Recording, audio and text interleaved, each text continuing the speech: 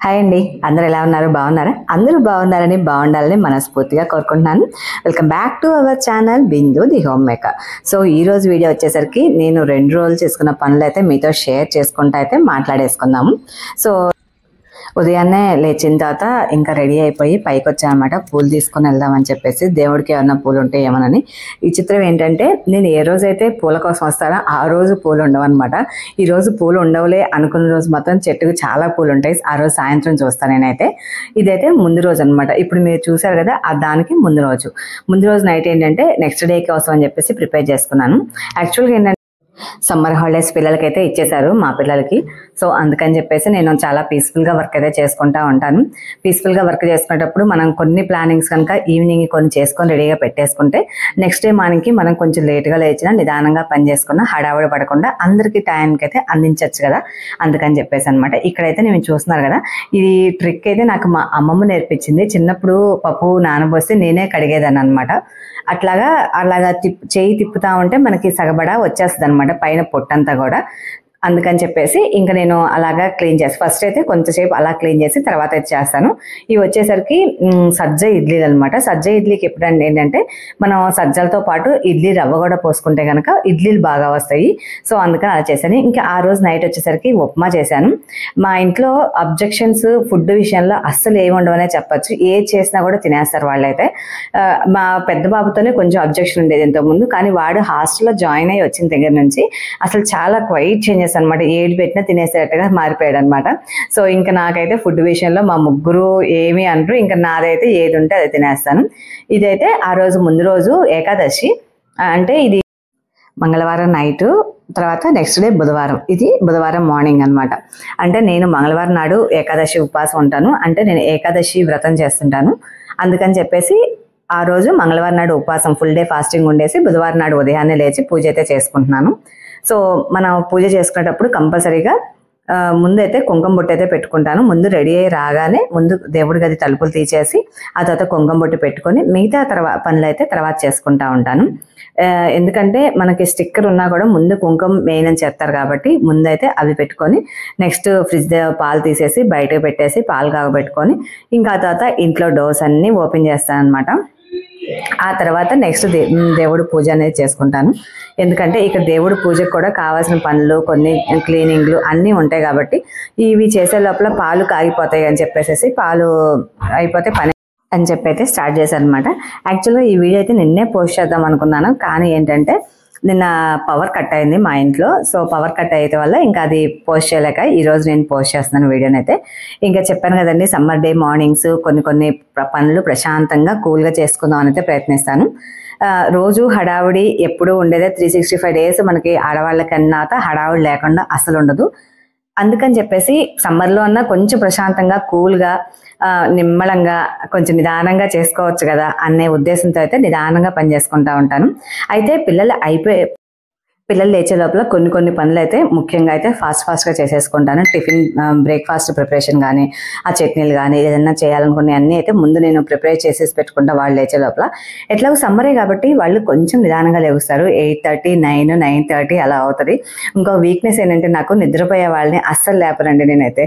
వాళ్ళు పర్టికులర్గా, అది ఎవరైనా సరే, వాళ్ళు పర్టికులర్గా ఈ టైంకి నన్ను లేపు అని అంటే మాత్రమే నేను లేపడానికి ఇష్టపడతాను. పోనీ పిల్లలు కదా అని చెప్పేసి కొంచెం నాకు అదొక కన్సర్న్ అనమాట.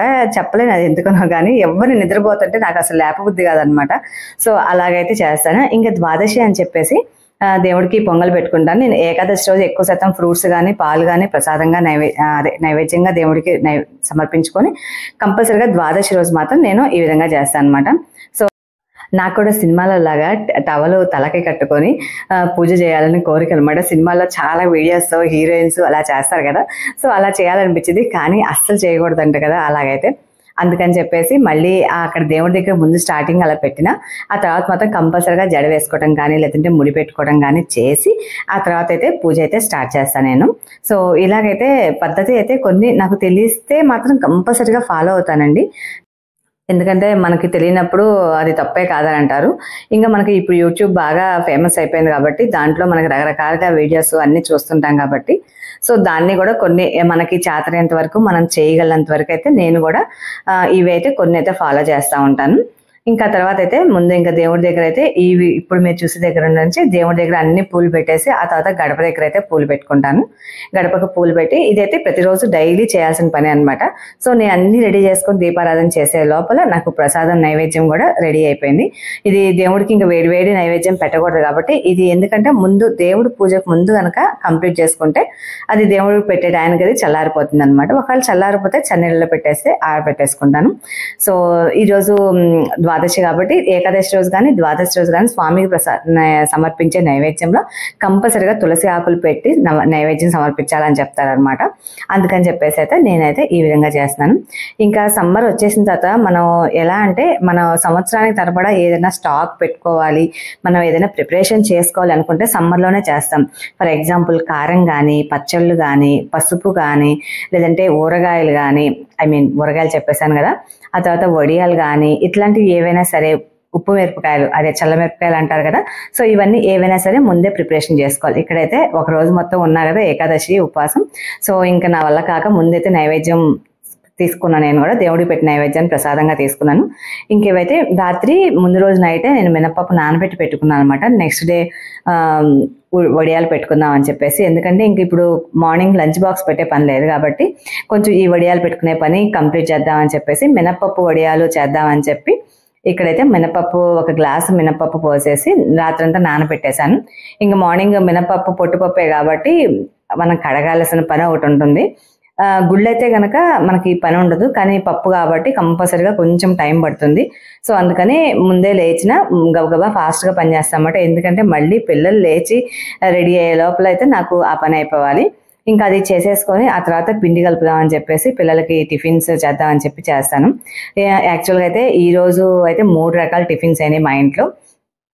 చాలా మంది నాకు ఓపిక లేదు అని అంటారు, కానివ్వండి నేను చాలా ఓపికగా చేస్తాను పిల్లల విషయంలో. కానీ నాకు చెయ్యాలి అని అనుకుంటే మాత్రం ఎవరన్నా రాకపోయినా వచ్చినా సరే 3 కూరలైనా చేసేస్తాను అనమాట.